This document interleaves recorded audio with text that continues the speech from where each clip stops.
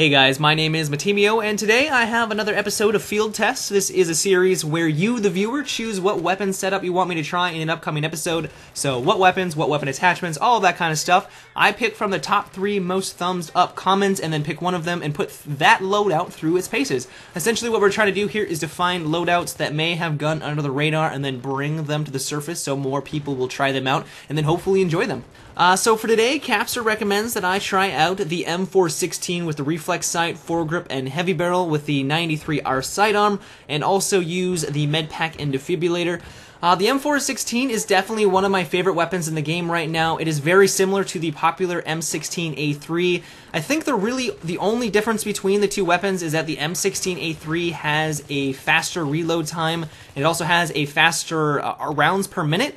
I think the two recoils on the weapons are almost identical, so there's not really a whole lot of difference there. So statistically, the M16A3 seems to be better, and that's probably why a lot of people gravitate towards that, and it probably just is the better weapon right now. But for whatever reason, I've been having a lot more fun with the M416.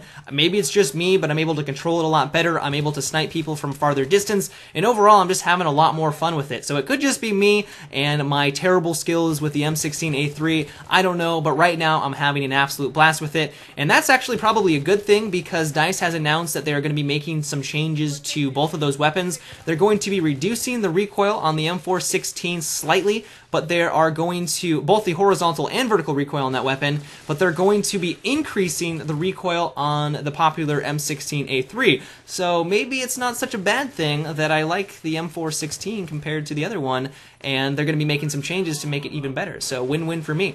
As for your attachment recommendations, I was critical of using the foregrip considering that it's going to reduce your effectiveness at long-range engagements, and because the M416 really doesn't have a lot of horizontal recoil, I didn't think it was needed. But since I'm a premium user and all I've been really playing on is the close-quarter maps, and pretty much that's what everyone's playing on right now, the foregrip really wasn't all that bad of a suggestion because I wasn't having to go for really long ball shots. Most of the engagements were close to medium range, and the foregrip was probably actually a fantastic idea because it was going to increase my accuracy. I wasn't going to have to deal with as much recoil, even though I said the M416 really doesn't have a lot of horizontal recoil. It's just going to reduce it a little bit more, and overall I had probably a much more enjoyable experience with this weapon setup because I was using the foregrip in these close encounter engagements. If you're going to play on the normal maps like Caspian Border or Operation Firestorm, I would not use that, and I would just probably have the bipod on because there's no reason not to have it, and then just stick with the heavy barrel. I also think the heavy barrel is a great recommendation. You can't really go wrong with it right now since it just increases your damage at medium range and also increases your accuracy.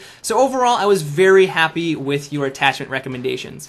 As for the weapon itself, like I said earlier, it is one of my favorite weapons in the game, but one of the reasons why I like it so much is its rounds per minute. It has an RPM of 750, which is not the fastest, but by no means is it the slowest. It's kind of in that nice little sweet spot, and I really like that on the Close Quarter DLC. It allowed me to perform very well in pretty much any situation that I came across in. You know, those medium range or even long range shots such as Operation 9 to 5 in the garage, it performed extremely well on that level, but also up close and personal because it has a reasonably fast RPM. I was still able to go toe-to-toe with someone who is using, let's say, the FAMAS or one of those or the AEK, one of those really fast RPM weapons. And even on the normal maps or the Back to Karkin maps, this weapon performs very well. Its recoil is just fantastic. It kills at long range extremely fast. But overall, I absolutely love your recommendation, especially in the Close Quarter DLC. This is a fantastic weapon, which is only apparently going to get better in the upcoming patch. But that's it for today's field test, guys. I hope you enjoyed. If you did, or you just want to support my channel, I always appreciate it when you give my videos a thumbs up and subscribe if you haven't already. If you would like to submit your own loadout, you can do so by leaving a comment down below, and also make sure to thumbs up the loadout you want me to try next. But until next time, guys, have a good one and take it easy.